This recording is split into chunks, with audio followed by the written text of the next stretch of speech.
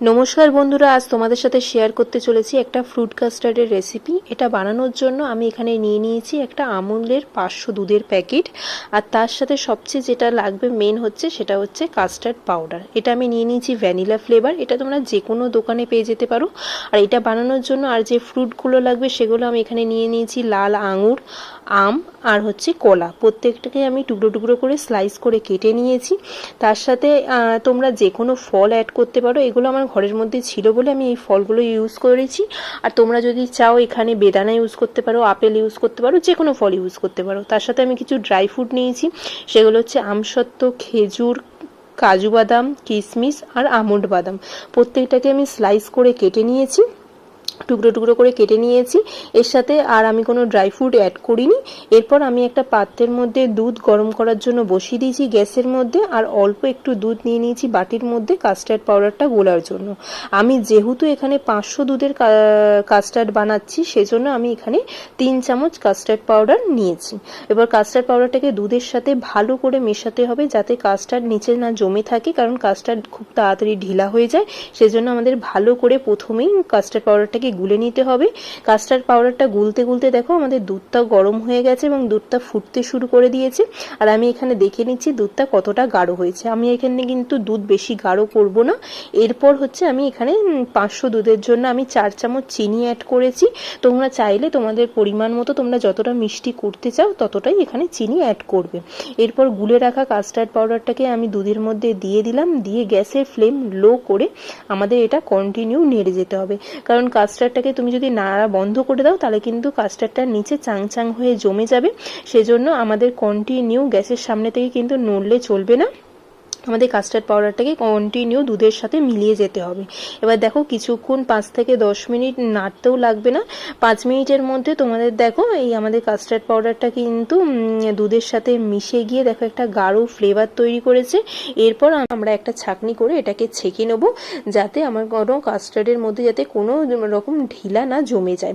এরপর দেখো ছাঁকনির মধ্যে আমি ভালো করে ছেঁকে নিয়ে কিন্তু আমি একটা স্মুথ কাস্টার্ড এর থেকে বের করে নেব।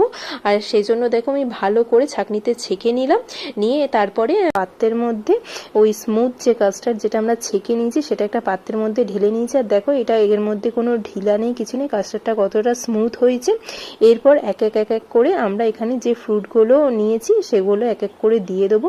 এখানে প্রথমে আমগুলো দিয়ে দেবো, তারপর এখানে আঙুরগুলো দিয়ে দেবো, তারপর এখানে কলাগুলো দিয়ে দেবো। এবার তোমরা এখানে কিন্তু সবুজ আঙুর, বেদানা, তারপর আরও অনেক ধরনের ফল কিন্তু অ্যাড করতে পারো। আমার এখানে এগুলো ছিল বলে আমি এগুলোই দিয়েছি। এরপর এক এক করে আমরা কিন্তু এখানে ড্রাই ফ্রুটগুলো দিয়ে দেবো, আর কিছুটা ড্রাই ফ্রুট অল্প একটু রাখবো কাস্টার্ডটাকে লাস্টে সাজিয়ে নেওয়ার জন্য। তাই দেখো আমি প্রথমে আমসত্ত্ব দিয়ে দিলাম, তারপর ওখানে খেজুর দিয়ে দিলাম, কাজু, কিশমিশ, আমন্ড বাদাম, কিন্তু এইগুলো সবকে একসাথে নিয়ে কাস্টার্ডের সাথে ভালো করে মিশিয়ে নিতে হবে, যাতে কোনো কিছু নিচে না জমে থাকে। তারপর দেখো কাস্টার্ডটাকে সাথে আমি এগুলোকে ভালোভাবে মিশিয়ে নেওয়ার পর আমি এটাকে অল্প অল্প করে একটু একটু করে সব কিছু দিয়ে জিনিসটা যাতে দেখতে ভালো লাগে সেজন্য আমি এগুলোকে সাজিয়ে নিলাম।